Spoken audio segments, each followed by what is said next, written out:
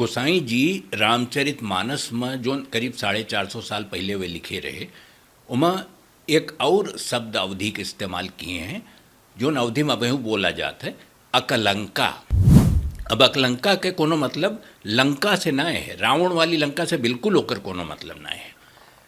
वो है तब के जब वो एक जंगल में पार्वती का किस्सा सुनावत हैं राम के, और गुणगान करत हैं कि राम यश हैं, राम वश हैं, और राम तो ईश्वर के रूप हैं।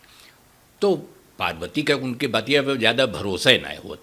वह बार बार सवाल पूछा करते हैं कि अगर यश है तो ई काहे ना ही है, यश है तो वश काहे ना ही है, तो कौन, तो उनके मन में बहुत सवाल रहा था। तो शिव वहीं पे उन्हें कहा था कि अस विचारि तुम तजहु असंका और सब ही भांति सकरु अकलंका।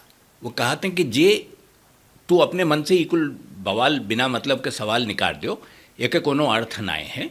काहे कि शिव तो सबके लिए हैं और सबका भला करत हैं, हर तरह से भला करत हैं, और वह अकलंक है, उनके ऊपर कोनो दोष पाप है ये ना है। तो तू ये राम के बारे में यह सवाल न पूछो या न मानो, ये कुल बीच बीच में संदेह तुम्हारे मन में जो न आवत है ये कुल हटाई दो।